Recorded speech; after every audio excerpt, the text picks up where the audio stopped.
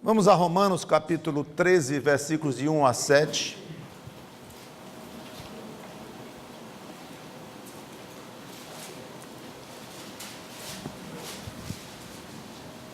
Romanos 13, versículos de 1 a 7. É a segunda parte da pregação intitulada O Grande e Único Eleitor, ainda em função das eleições que acabamos de...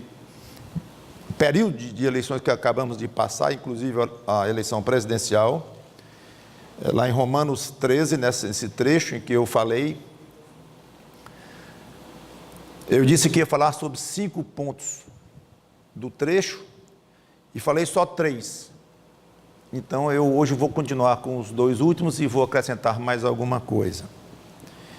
Então, nós vamos ler novamente todo o texto, Romanos 13, de 1 a 7, que diz assim: todo homem esteja sujeito às autoridades superiores, porque não há autoridade que não proceda de Deus.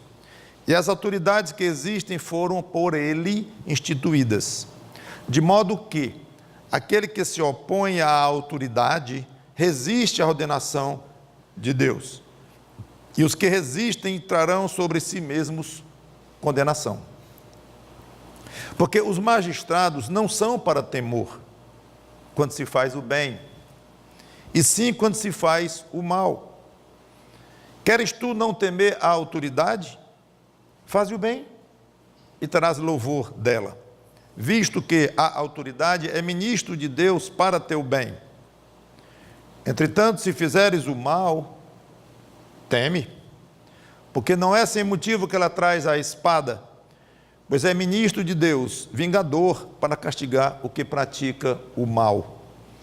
É necessário que lhe estejais sujeitos, não somente por causa do temor da punição, mas também por dever de consciência. Por esse motivo também pagais tributos, porque são ministros de Deus, atendendo constantemente a este serviço. Pagai a todos o que lhes é devido, a quem tributo, tributo, a quem imposto, imposto, a quem respeito, respeito, a quem honra, honra. Vamos orar. Santo Deus, nosso bom Pai, nos dirige. Te peço, nesta pregação, que o Teu Espírito Santo fale aos corações, conforme cada um precisa ouvir, que nós possamos praticar o que a Tua Palavra ensina quanto a este assunto. É em nome do Senhor Jesus Cristo que nós te pedimos e agradecemos pelos resultados. Amém. Eu coloquei que, em vez de seguir versículo por versículo, ia falar sobre 5 partes lógicas aqui desta parte das Escrituras. Então, a primeira foi, aos olhos de Deus, em que se constitui a autoridade civil. Eu enfatizei muito o que o próprio texto enfatiza com repetidas afirmações, de que a autoridade é alguém escolhido por Deus para exercer uma certa função,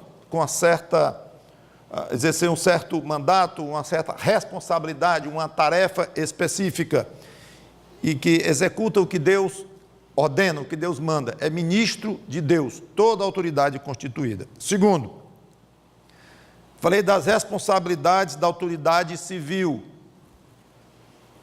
Da autoridade, trabalhar para o bem do cidadão, não causar temor aos cidadãos de bem, estou apenas recapitulando, louvar quem faz o bem, causar temor aos cidadãos que fazem o mal,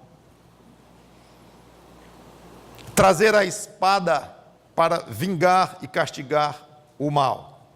Explicamos cada parte desta semana passada. Terceiro, o comportamento que Deus exige do cidadão frente à autoridade. Então, falamos em sujeitar-se, respeitar, honrar, pagar seus impostos e tributos, e ficamos aqui. Então, vamos para o 4º ponto. Motivos pelo qual pelos quais o crente deve obedecer à autoridade. Primeiro, porque é ministro de Deus, como muitas vezes já foi enfatizado no próprio texto e eu na pregação passada. Na realidade, bastaria este motivo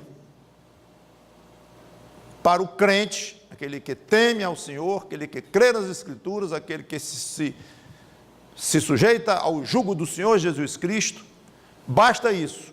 A autoridade é ministro de Deus, com a função dada por Deus, escolhida por Deus, e Ele quer que todo cidadão se submeta, dentro dos limites que eu já expliquei, se submeta à sua autoridade. Então, bastaria esse motivo, não precisaria outro. Deus quer assim e pronto. Mas Paulo coloca 2, além disto, versículo 5. É necessário que eles estais sujeitos, falando agora com os crentes mesmo, não somente por causa do temor da punição. Olha só que coisa interessante. Eu comentei semana passada que o cidadão, de uma maneira geral, que faz o bem, não deve temer a autoridade, e o contrário, e aquele que faz o mal deve sim temer e tremer, até comentei, diante da autoridade. É o grande problema da impunidade, que nós enfrentamos muito hoje, então eu já comentei sobre isto. Mas falando ali do cidadão de uma maneira geral, aqui é o crente. Então o crente com temor de punição, esse é um motivo para ele obedecer à autoridade? Sim. Eu reconheço que é um pouco vergonhoso para nós crentes dizer que às vezes nós obedecemos à lei com medo do castigo, e não porque desagradaria a Deus. Não, eu vou obedecer porque Deus quer que eu obedeça às leis. Se não é por isso, que seja pelo medo, é válido. Isso é o que Paulo quer dizer. Ele assume a importância do medo de uma punição, mesmo em crentes. E ele diz que assim seja. Se não for por fidelidade a Deus, se não for por um motivo mais nobre, que seja por medo mesmo. Inclusive, é bom saber, no original não tem a expressão que tem aqui, temor da punição. Não, a palavra lá é ira. Só tem isso lá. Então, literalmente é assim.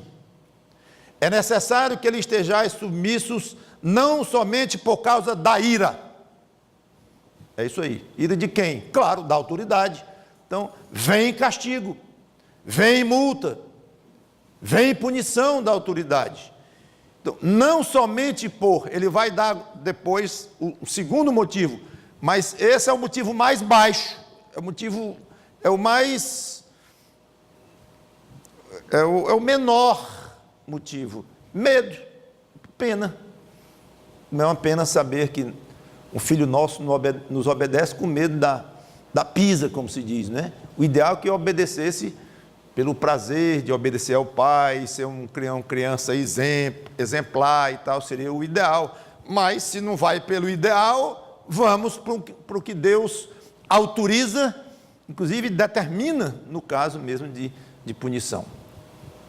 Então é válido, embora não é muito nobre, mas é válido que você obedeça por medo da punição de desobedecer à lei.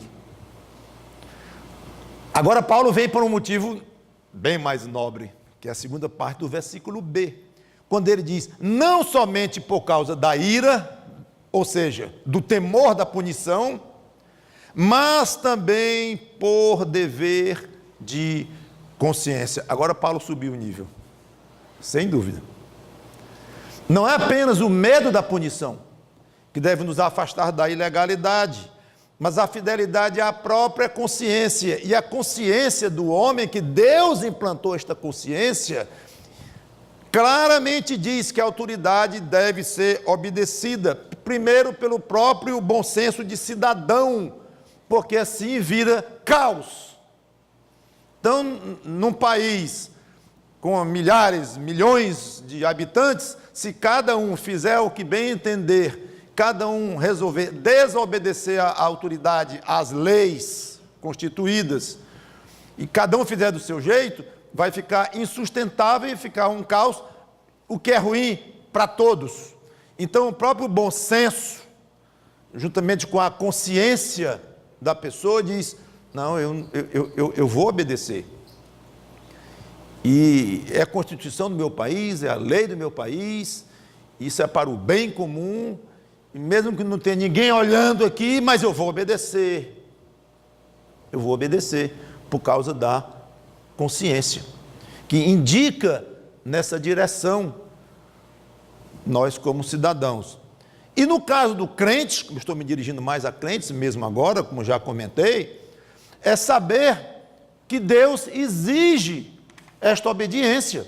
Então a nossa consciência, mesmo que tenhamos uma oportunidade de desobedecer uma lei ou leis numa certa ocasião, ou durante muito tempo, não importa, mas de fazer algo errado, mesmo que ninguém note ou descubra, mas a consciência do crente não é para aguentar aquilo, porque diz: eu estou desobedecendo o meu Deus, porque Ele quer que eu obedeça às autoridades, e não importa o que eu penso delas, não importa o que eu penso do governo A, B ou C, o que eu penso das leis tais e tais e tais, eu devo obedecer. E já comentei na mensagem passada assim, rapidamente, e hoje vai ser rapidamente de novo, eu não vou entrar nesses detalhes. Existe alguma maneira do cidadão se opor a uma autoridade? Sim, uma maneira legalmente constituída, como por exemplo, no voto. Vota em alguém contrário àquele que você não concorda, por exemplo. Ou fazer certos pronunciamentos legais, participar de certos encontros dentro da legalidade para mudar situações do país. Sim, claro, não há problema nenhum. Um crente, por exemplo, participar de uma passeata, por exemplo, uma passeata, vamos dizer, legal, correta, civilizada, pacífica, não é proibido, não é pecado o crente estar lá, mesmo que Deus tenha colocado aquela autoridade ali, mas Deus dá liberdade para o crente seguir a sua própria consciência e tentar mudar. São coisas que andam paralelas, uma coisa não elimina a outra. Então não é para sermos robôs, e Deus colocou uma autoridade lá, então vai ficar até o dia que o próprio Deus tirar de uma maneira sobrenatural. Não, Ele usa os cidadãos, Ele usa situações, Ele usa a sociedade, Ele usa mentes humanas, usa vida para fazer a vontade dEle. E cada um vai dar conta diante de Deus pela maneira como agiu. No fim Ele resolve o que Ele quiser, mas está dentro da liberdade do crente se posicionar contra um governo A, B ou C, dentro, repito, da ordem e da legalidade. Então, ao desobedecer e fazer uma coisa errada, ilegal, aí a consciência diz: não, isso eu não estou autorizado a fazer. Então, eu não posso fazer isso, está errado.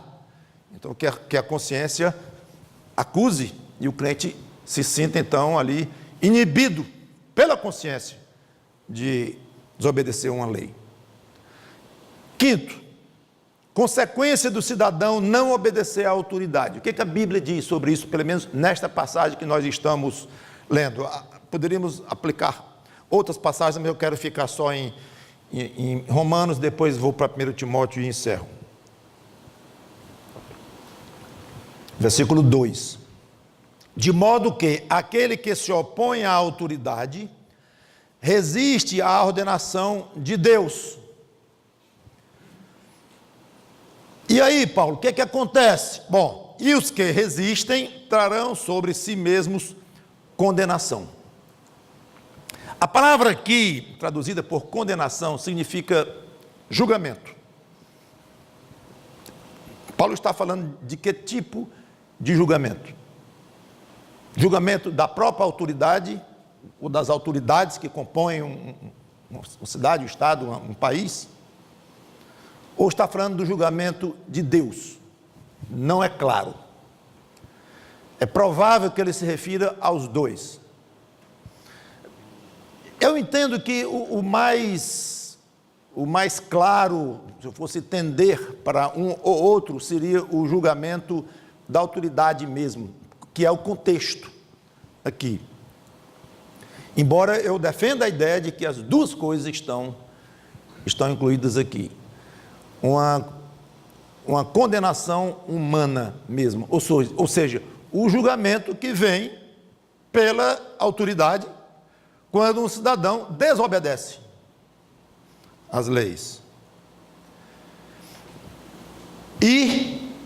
Ou condenação de Deus, não condenação eterna. Desobedeceu a autoridade, pronto, vai para o inferno, acabou-se. A Bíblia diz que é condenado aquele que desobedece a autoridade. Não é assim, repito, a palavra é julgamento. Então vai se submeter a um julgamento, vai ser avaliado por Deus, na hipótese agora de olharmos para os céus, vai ser avaliado por Deus, vai ser julgado por Deus, vai ser cobrado por Deus, por ter resistido à autoridade que Ele instituiu. A fonte da autoridade é Deus, nunca esqueça isto. É um pouco inquietante lembrar que cada vez que você recebe uma multa ou uma pena imposta pela autoridade, provavelmente vai ser lavrada no céu uma multa também da parte de Deus, se a ideia aqui do julgamento incluir o julgamento humano pela desobediência da lei humana e, ao mesmo tempo, o julgamento divino, porque desobedeceu uma lei divina. Qual é? Que deve obedecer às autoridades. Então, quando chegar a próxima multa do Detran na sua casa, ou do imposto de renda, ou alguma coisa parecida, é bom você, e junto com a chateação que você vai ter, e aquele sentimento desagradável, sugiro você pensar, qual é o tipo de multa que me foi lavrada no céu? Eu quebrei uma lei aqui, e como é que Deus vai me cobrar isto? E você, não tenha dúvidas, as multas de Deus são muito mais fortes e doem muito mais do que as multas dos homens. Então, obedeça às autoridades, nem que seja por medo da punição, não sendo pela sua consciência como cidadão e consciência como crente, no caso de você ser um crente, de estar seguindo o que Deus quer, sabendo que com Deus não há impunidade. Impunidade existe à solta neste país, sem dúvida alguma, mas impunidade com Deus não existe. Ele é muito correto como juiz, exigente, ao mesmo tempo ele é bondoso e é santo, e a maneira como ele aplica esses atributos em suas penas, em suas multas, é com ele. Às vezes ele perdoa, às vezes ele cobra, ele tem a maneira de proceder, obviamente, muito misteriosa. Não estou falando aqui de condenação eterna e de pecado que leva ao inferno, não é o nosso assunto aqui, mas são desobediências que a gente, infelizmente, comete diante de Deus e que vai ter um preço. Vai ter um preço. Eu quero então passar para um outro texto, antes de encerrar, que fala do mesmo assunto. Então não estamos mudando de assunto, estamos complementando nosso Romanos 13 e vamos agora a 1 Timóteo capítulo 2, versículos 1 e 2.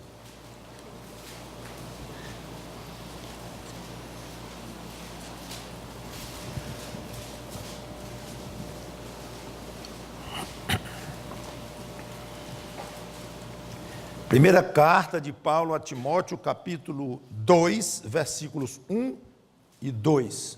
Diz assim: antes de tudo, pois, exorto que se use a prática de súplicas, orações, intercessões, ações de graças em favor de todos os homens, em favor dos reis e de todos os que se acham investidos de autoridade.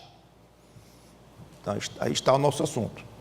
Para que vivamos vida tranquila, com toda piedade e respeito. A passagem continua, mas eu não quero desenvolver mais do que esses 2 versículos. É curioso que Paulo aqui usa 3 nomes ligados à oração e que são bem parecidas as significações desses nomes, ou dessas ideias, desses conceitos, que é súplica, oração e intercessão. A maioria dos estudiosos acha que essas palavras aqui apenas uma reforça a outra.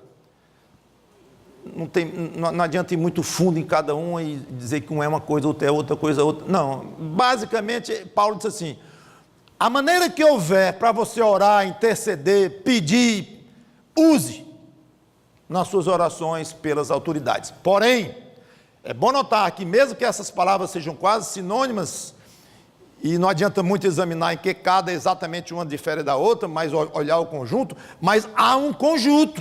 Então não é à toa que Paulo usou 3 nomes para dar uma ideia só. Exceda. Que seus limites sejam muito largos na hora de pedir, de interceder pelas autoridades, de orar por elas, de suplicar por elas. É muito forte a ordem de Paulo aqui.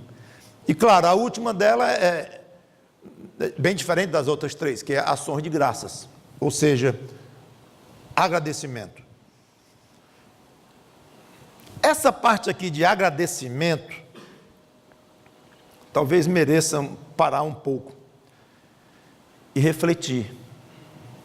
A palavra autoridade, para nós, está muito desgastada, especialmente por causa de autoridades eleitas pelo voto, muitas vezes em eleições, ou quase sempre em eleições compradas por todas as partes, em campanhas em que há difamação de todo lado, de todo jeito, e cujo exercício do poder é feito de uma maneira bastante aquém do mínimo moral exigido.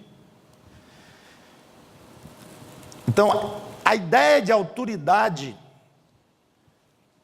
ligada com este tipo de autoridade contaminou a nossa mente, que a gente acha quase teórico ou estranho a ideia de agradecer por uma autoridade.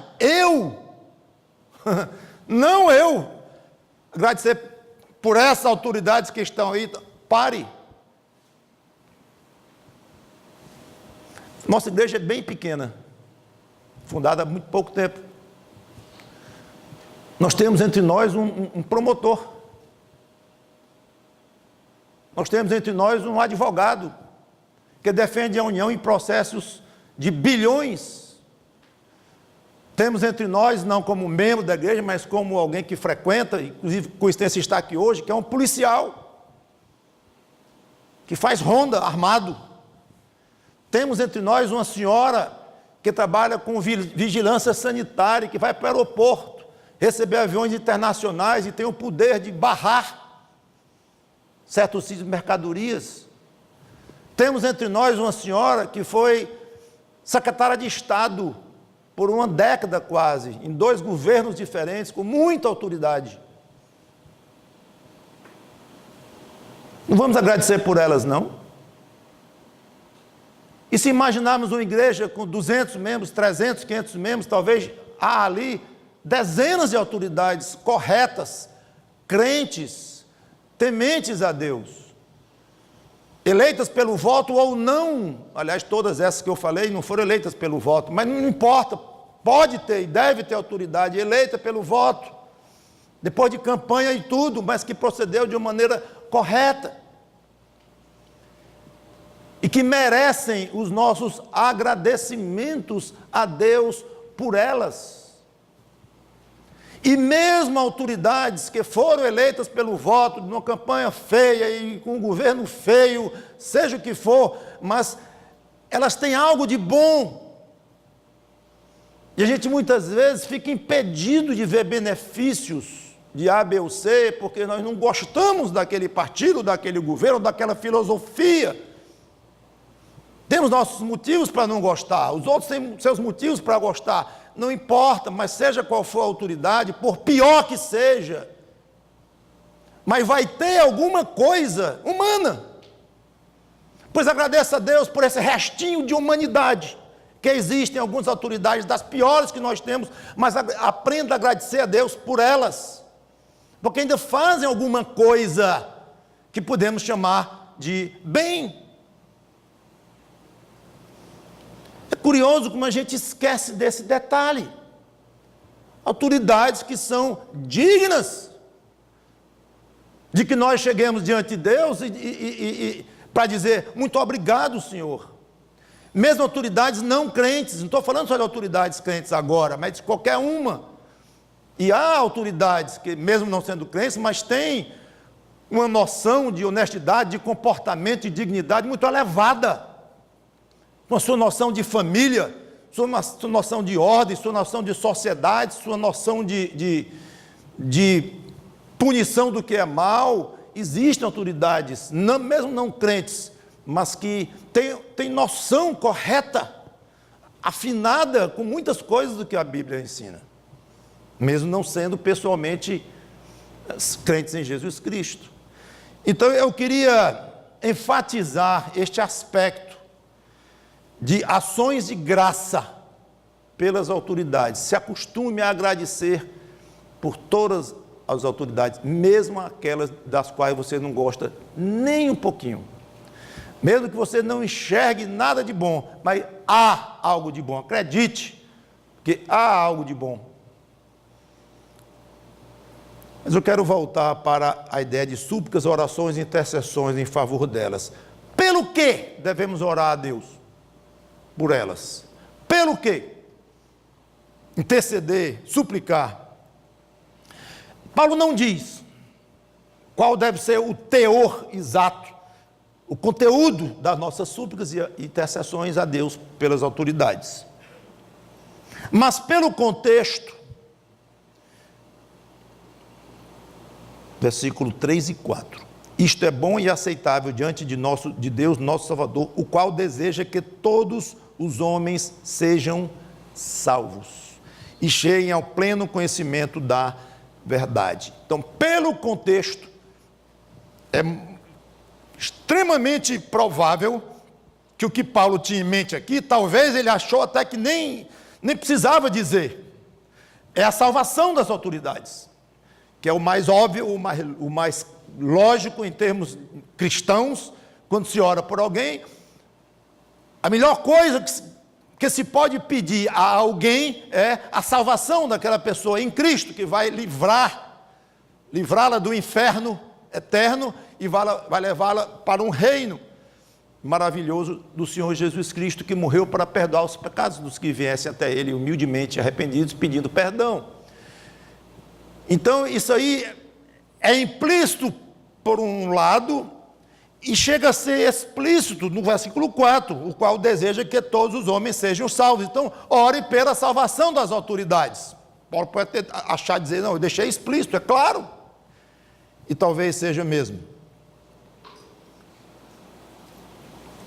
Mas, Aqui vem algo muito interessante nesse texto, irmãos. Orar em favor das autoridades não é um fim em si mesmo. Por mais importante que seja orar pela salvação do fulano, da ciclana, do senador, do presidente, do deputado, do governador, por mais que seja válido e bíblico orarmos pela pessoa de cada um deles, não é o fim, o motivo principal pelo qual nós devemos orar por elas, autoridades. É um meio. Qual é o meio? É um meio para atingirmos um objetivo bem definido. Qual? Para que vivamos vida tranquila e mansa. O alvo principal das orações pelas autoridades, até pela conversão delas, o alvo principal é o próprio povo. Passamos por elas nas nossas intercessões, ou devemos passar por elas e ir até o povo. É óbvio, a autoridade tem um poder enorme, dependendo do tamanho dessa autoridade, de afetar a vida do povo, de uma maneira benigna ou maligna. Então devemos orar para que a autoridade, dentro da sua esfera, pequena ou grande, proceda de uma maneira tal que proporcione ao povo um certo tipo de vida. Se a autoridade vai proporcionar isso através da conversão, ótimo. Se não, pelo menos por uma boa consciência, por uma cidadania, ou por uma consideração com seus concidadãos, mesmo não sendo por um assunto espiritual proveniente de uma conversão a Cristo, mas que pelo menos façam isso por dever mesmo de consciência e de um cristianismo mais largo do que o cristianismo bem concentrado em Cristo. Muito bem, eu falei então que nós devemos orar para que as autoridades se convertam e, convertidas ou não, façam alguma coisa para proporcionar ao povo um certo tipo de vida. Que tipo? Está aqui. Vida tranquila e mansa. Esqueça a ideia, com essa expressão, vida tranquila, esqueça a ideia de ociosidade, para que a autoridade proceda de uma maneira tal que a gente possa ficar em casa o dia todo, ou ir para a praia, e está tudo bem com o nosso estado, o país, seja o que for. A ideia não é de ociosidade, de descanso, não. A ideia de tranquilidade é de calma. Este é o significado da palavra, calma. E a outra, bem parecida com ela, é mansa. Quase sinônimo, mas muito ligado agora com a ideia de paz, de quietude, de falta de briga, de tensão. Então veja como a Bíblia diz: orem a Deus para que Ele converta a autoridade, ou faça com que a autoridade haja de uma maneira tal que proporcione ao povo uma vida em calma, em paz, tranquila. Com a vida calma e pacífica, o crente então deve proceder com toda piedade e respeito, como o texto continua, mas eu não vou entrar mais aí. Irmãos, é evidente que a situação em que nós vivemos há muito tempo, não só no país, mas no mundo mesmo, em boa parte do mundo, é o mundo inteiro, é exatamente o oposto de calma, de tranquilidade. O que reina é medo, insegurança, desconfiança, indignação, tensão. É o contrário. Claro que as autoridades, independente de partidos políticos ou de filosofias de governo, independente de ser autoridade pequena ou grande, em qualquer esfera, cada uma delas vai dar conta diante de Deus. Mas a nossa parte, além de tudo que eu falei de obedecer e tudo mais, é orar por elas. independente do que estão fazendo, independente se estão ou não dizendo ou fazendo um governo tal, ou se não for o governo, o desempenho tal da autoridade, que estou pensando em qualquer tipo de autoridade aqui, não apenas uma autoridade do poder executivo, o prefeito, o governador ou o presidente, independente de se essa autoridade está conseguindo dar a sua parcela de contribuição para que o povo tenha uma vida pacífica, em paz, em ordem, independente disso, nós temos que orar pela autoridade. Estamos cumprindo isto? Não sei se estamos, eu diria que em termos coletivos, não estamos. Foi pedido aqui no último culto de oração, orações pela presidente, que foi reeleita. Achei excelente aquele pedido, porque mostra exatamente o cumprimento do que Deus está designando na palavra dele. E pensei, deve ser muito mais frequente entre nós, muito mais frequente, coletivamente falando, pedidos pelo prefeito, pelo governador, presidente, pelos ministros, pelo legislativo, dando nomes, talvez, a senadores, a deputados. Estamos muito tímidos. Olha, eu estou usando a palavra tímido, mas eu acho que eu deveria dizer era desobedientes. Porque isso é uma ordem de Deus, orar pelas autoridades. E aqui eu acho que posso fazer uma confissão pública pela igreja a Deus, de que como igreja, juntos pelo menos, coletivamente, nós temos falhado nisto. E eu conclamo a igreja para que a partir de agora nós sejamos muito mais obedientes ao que Deus quer. Tentando, inclusive, tirar da mente ideias de partidos ou de filosofias de governo e concentrar apenas no fato que a autoridade que está lá, quer você goste ou não, foi Deus que colocou. Não quer dizer que Deus aprova o que aquela autoridade está fazendo. Óbvio, como é que Deus ia aprovar um Hitler? Um Stalin daquele? É lógico que não. Mas ele colocou. E ele exige obediência. Até certo limite, como já vimos, inclusive, na mensagem passada, não precisa estar repetindo. E do jeito que eu conclamo a igreja a, daqui para frente, exercitar mais essa obrigação cristã, eu conclamo você pessoalmente, agora na sua casa, no seu carro, no seu quarto, no lugar que você ora, seja onde for, pessoalmente você inclua as autoridades nas suas orações. Devemos orar explicitamente pela presidente da República, Dilma Rousseff, que Deus colocou mais uma vez no cargo de presidente da República, pelo novo governador, o prefeito é o mesmo, mas por eles. Eu sei, é público e notório, no caso da presidente, que ela apoia, explícita ou implicitamente, varia, pensamentos e ideologias que vão de encontro, que ferem muitas áreas sensíveis do cristianismo. Eu sei disto.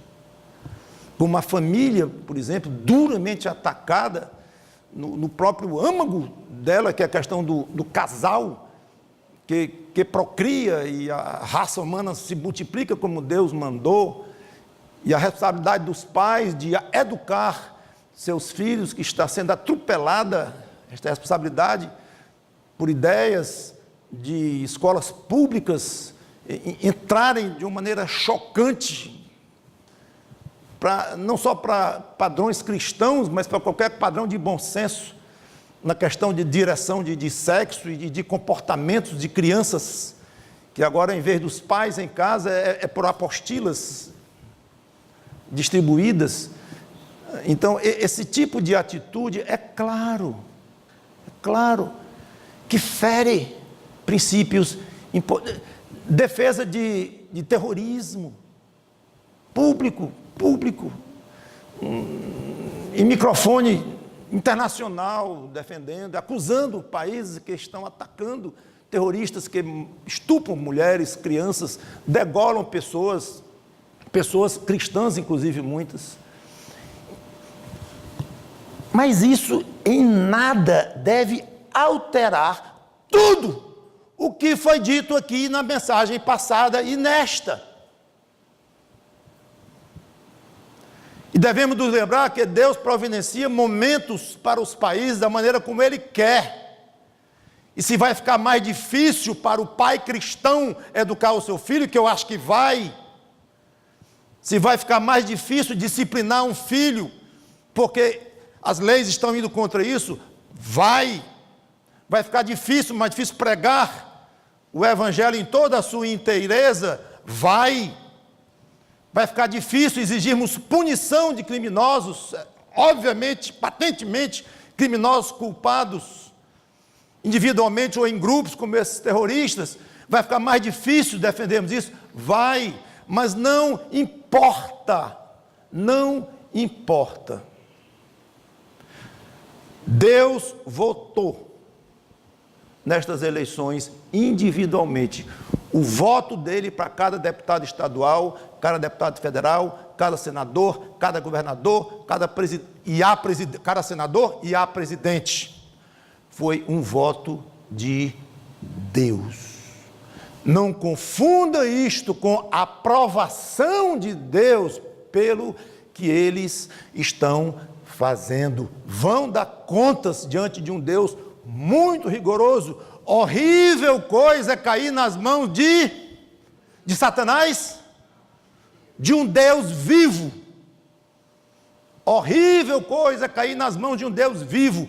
Então, quem tem muito poder nas mãos vai dar conta de uma maneira terrível nas mãos desse Deus. Só que isso não vai impedir que eu reconheça que essa pessoa, essas pessoas foram colocadas por Deus, e vamos nos submeter a elas dentro dos limites colocados, e vamos orar por elas.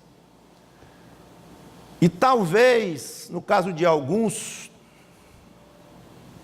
eu próprio, se lembrar que a política é uma coisa pequena, porque é uma coisa deste mundo, e qualquer coisa deste mundo deve ser considerada pequena se não tiver um olho ou os dois olhos na eternidade. Mesmo em escalas humanas, política é menos importante do que a igreja do Senhor Jesus Cristo, que você faz parte. A educação da sua família, menos importante. Então, será que, porventura, nos deixamos, talvez muitos de nós, nos deixamos influenciar, ficar tocados mais do que deveríamos como cidadãos, e deixamos que entrasse na nossa mente, no nosso coração, o assunto política, adquirindo uma dimensão distorcida, agigantada, mexendo com o nosso bom humor, com a nossa preocupação, com o nosso tempo de leitura das coisas, de vendo televisão, de se inteirando dos casos, e com a raiva exagerada, numa frustração qualquer, ou talvez numa alegria exagerada, num desejo realizado politicamente, através do seu ídolo político, coisa desse tipo. Então, essas coisas, o diabo usa de todo jeito, quer o seu candidato vença ou não, cuidado, porque se for uma tristeza excessiva, é ruim demais, se for uma alegria excessiva, agora estamos salvos e tal, cuidado, pode ser até idolatria, facilmente Deus vai dizer, que é isto? Esse cidadão aí, essa cidadã aí, vai salvar o país, ou o governo, ou quem salva alguma coisa sou eu, quando eu quero salvar. Então, muito cuidado em dar um peso maior as autoridades do que ela de fato tem. Muito melhor é nós entendermos quem é Deus, qual a relação dessas autoridades com Deus, e nos entendermos diretamente com Deus quanto a essas autoridades. Ele cuida delas. E Ele manda respeitá-las, respeitemos. Ele manda submeter, submetamos. Ele manda orar, oremos. Ele manda agradecer por elas, agradeçamos naquilo que tem que ser agradecido. Em suma, olhar para Deus em todas as áreas da nossa vida, inclusive nesta que eu estou focalizando, 2 pregações, para retomar depois as minhas pregações de 2 Coríntios, e aqui eu quero encerrar, mas lembrando que os grandes rumos deste país, quem traça é Deus. Se vai ficar pior para o cristianismo, que eu acho que vai, mas eu acho, posso estar completamente enganado, mas vai ficar pior, vai ficar melhor, se a partir do A, B, mais 4 anos, mais 8, mais 10.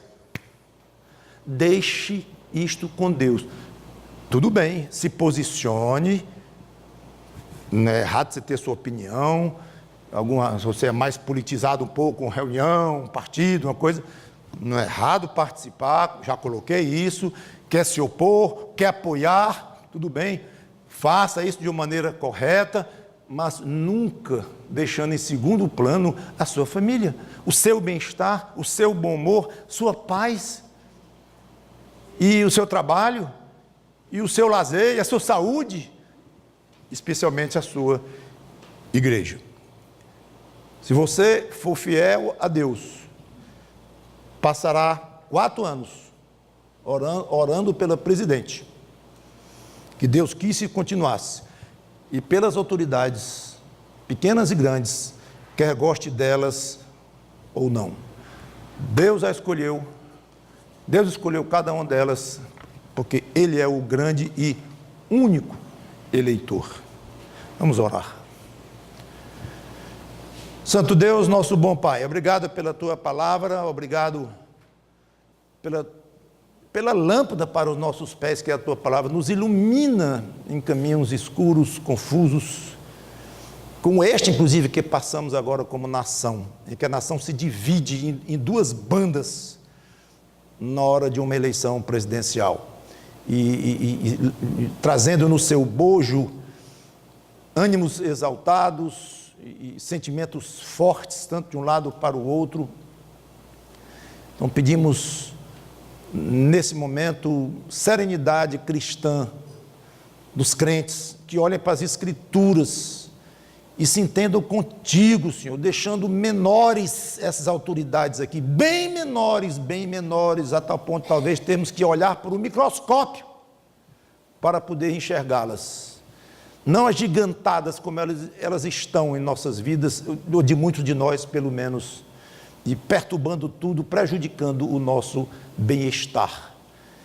Como o teu inimigo o diabo, ele é sutil e utiliza tudo que ele pode se aproveitar para perturbar a nossa paz. E, ultimamente, ele tem se aproveitado deste aspecto político da eleição, da situação atual. Por isso que a paz volte a cada um dos nossos corações e estejamos submissos às autoridades que Tu colocaste, crendo firmemente que elas vão dar contas diante de Ti e Tu vais cobrar. Do jeito que Tu vais cobrar de nós, orarmos por essas mesmas autoridades, agradecer por elas, e que o Rei dos Reis, o dono deste mundo todo, seja honrado, exaltado através do nosso comportamento diante de Ti e como consequência diante das autoridades. Em nome dele, Cristo, nosso amado Salvador, nós te pedimos e agradecemos. Amém.